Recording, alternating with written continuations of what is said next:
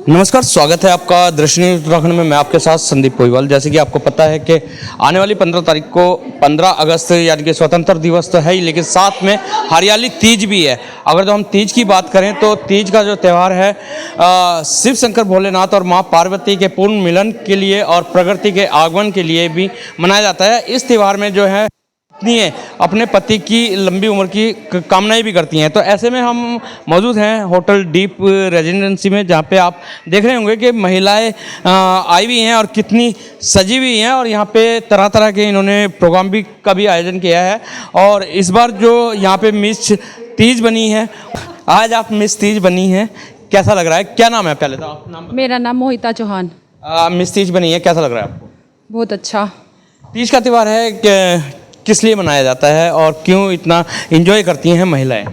ये शिव और पार्वती के मिलन के उसमें मनाया जाता है। औरतें अपने पति की लंबी आयु के लिए सजती हैं, संवरती है, व्रत रखती हैं। हाँ जी।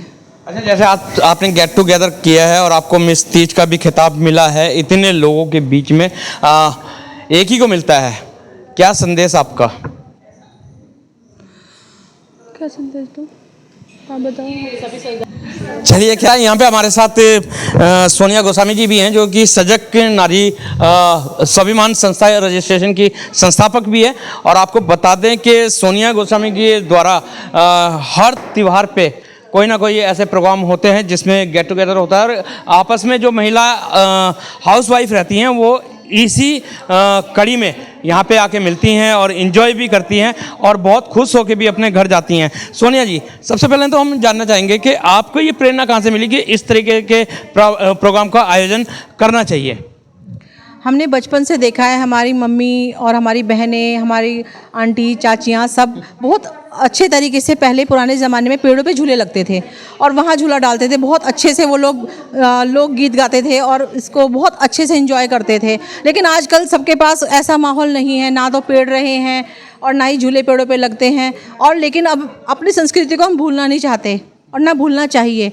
तो उसको आगे बढ़ाने के लिए हम लोग यही चाहते हैं कि इस त्यौहार को जिस तरीके से भी ये मनाया जाए। हम इंडोर, हम एक हॉल में ये प्रोग्राम कर रहे हैं। पहले ये बाहर बड़े बड़े ग्राउंड में हुआ करता था। तो जैसे जैसे आधुनिकता की ओर हम जा रहे हैं, कार्यक्रम हो रहे हैं, लेकिन उसका थोड़ा स्वरूप बदल रहा है। सोनिया जी, यहाँ पे एक सवाल ज़रूर आएगा कि अभी आपने भी बताया और ये सभी भी जानते ही हैं कि पहले पेड़ों पे झूले होते थे, अब इंडोर हो रहे हैं। तो पहले की जो पेड़ों के झूले वाली मज़ा था या इस इंडोर वाले झूलों में मज़ा है? देखिए, मज़ा तो अपनी अपनी जगह दोनों में है, क्योंकि उस टाइम के हिसाब से वो बहुत अच्छा लगता था, खुली हवा थी, ताज़ा माहौल था। अब यहाँ पे बीच में लाइट चली जाती है, कहीं प्रॉब्लम हो जाती है, कोई दिक्कत आ जाती है, ये भी समस्या आती है किसी प्रोग्राम को करने के लिए इंडोर। लेकिन फिर भी क्योंकि कुछ लोग नहीं इससे सार्वजनिक तौर पर आ सकते और यहाँ पर हमें बहुत सारी सुविधाएँ मिल जाती हैं। इंडोर में ढंग से खाना हो जाता है, यहाँ पर एसी में सारा काम हो जाता है, तो इसलिए कोई प्रॉब्लम होती नहीं है और अच्छे से सब सज धज के आ जाते हैं। म्यूज़िक भी होता है, तो अच्छे से प्रोग्राम अच्छे से चलता है। अभी सोनिया जी ने एसी की बात की है, तो एसी की बताएं कि अगर जो हरियाली तीज की बात करें तो हरियाली तीज जो है प्रकृति से भी जुड़ा हुआ एक त्यौहार माना जाता है, इसलिए इसे हरियाली तीज भी कहा जाता है। हमारे साथ सीमा जी हैं, जो कि पेशे से एडवोकेट हैं, वकील हैं और समाज सेविका भी हैं।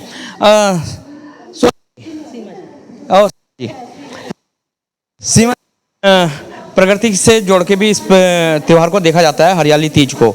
और जैसे कि अभी सोनिया जी ने भी बताया है कि पहले जो है पेड़ों पे झूलते थे, उनमें भी मज़ा आता। लेकिन अब क्या कारण आप मानते हैं कि पेड़ों से झूले हट के इंडोर होटलों के रूम में आ गए या हॉल में आ गए? ये तो हमारी आधुनिकता है, ये हमारा मॉडर्नाइजेशन है कि क्योंकि आजकल सबको ये है, अगर बाहर झूलेंगे तो गर्मी भी लगेगी, धूल भी लगेगी, मिट्टी भी लगेगी। पहले उस प्रकृति के बीच में सब लोग रहना चाहते थे। अब सब लोग मॉडर्न हो गए हैं, सब लोगों को ये नहीं लगता कि भाई मिट्टी में डालेंगे झूला तो उसमें मिट्टी भी लगेगी, आपको वहाँ पे पसीने भी आएंगे। आज मिट्टी और गर्मी पहले भी थी और आजकल के से हो गए हैं।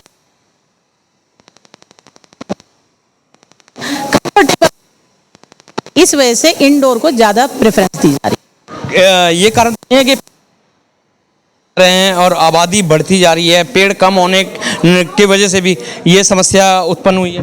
हाँ, कम होने की वजह से भी समस्या उत्पन्न हुई है, लेकिन फिर भी हमारी बहुत सारी संस्थाएं ऐसी हैं जो कि लगातार मतलब कि वृक्षारोपण कर रही हैं। और ऐसी बात नहीं है, अगर हम चाहें तो हम मतलब कि अब भी ऐसा एक जगह ढूंढ सकते हैं कि जहाँ पे पेड़ पे झूला डले, और हमें चाहिए कि हम अपने पर्यावरण की रक्षा करें और मतलब कि वृक्षारोपण करते रहें, जिससे कि जो ये हमारी संस्कृति है, पुराना रीति रिवाज जो चले आ रहे हैं वो जिंदा रहें, हमारे आने वाली पीढ़ी को पता चले कि पेड़ों पे डाले हुए झूले का क्या ही मज़ा होता है। तो बहुत ही बात बताई है सीमा जी ने, आने वाली पीढ़ी को भी ये पता लगे कि अगर जो संस्कृति की बात करें, बेशक इंडोर झूले हैं या पेड़ों पे झूले हैं, आज भी कहीं ना कहीं जीवित है।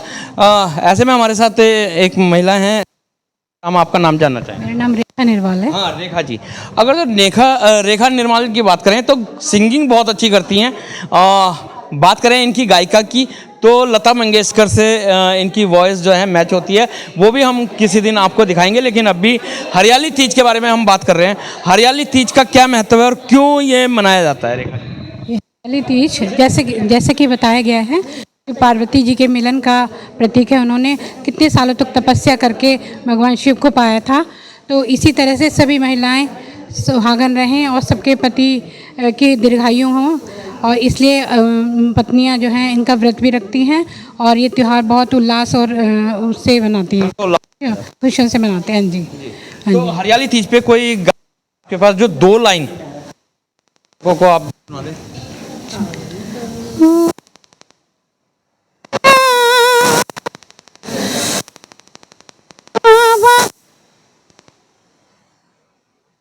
रस की फुहार अखियों में प्यार आई हो सजना,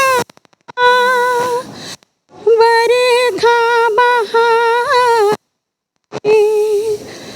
तुमको पुकारे मेरे का पपीहरा, मीठी मीठी में जले मोर जियरा सजना, बरखा बहार आई रस की फुहार लाई, अखियों में प्यार लाई हो सजना। रेखा जी, कहीं ना कहीं इस गाने को अगर तो देखा जाए तो सावन से भी मेल खा रहा है, क्योंकि बरखा बहार लाई। हाँ जी, बरखा बहार लाई, जिसमें प्रकृति इतनी खुशहाल हो जाती है, पूरे साल के लिए एक जल संचय हो जाता है, जिससे कि पूरे साल तक मतलब धरती वो रहती है कि भी पेड़ पौधे और अनाज किसानों का भी बहुत भला होता है, सबके लिए बहुत अच्छा लगता है और प्रकृति के लिए। तो प्रकृति के लिए भी बहुत अच्छा है। ये गाने से बहुत ही अच्छा एक संदेश जाता है, रेखा जी ने दिया है। अगर तो हरियाली तीज की बात करें तो पहले के ज़माने में आप लोग भी और हम लोग भी पेड़ों पे झूला डाला जाता था और बड़े बड़े पेंग लेके जो है झूले जाते थे और बारिश भी पड़ती रहती थी। जैसे कि अभी रेखा जी ने गाना गुनगुनाया कि बरखा बहार आई, ऐसे में अब इंडोर में ये झूले रह गए हैं। तो कहीं ना कहीं ये भी संदेश देते हैं कि पर्यावरण की भी सुरक्षा बहुत ज़रूरी है, क्योंकि शिव शंकर भोलेनाथ और माँ पार्वती के मिलन के लिए तो ये त्यौहार मनाया जाता है, साथ साथ प्रकृति के लिए भी त्यौहार मनाया जाता है। तो बने रहें दृष्टि में कि इसी तरीके की खबरें। जब तक के लिए दीजिए इजाज़त। जय हिंद, जय भारत, जय उत्तराखंड।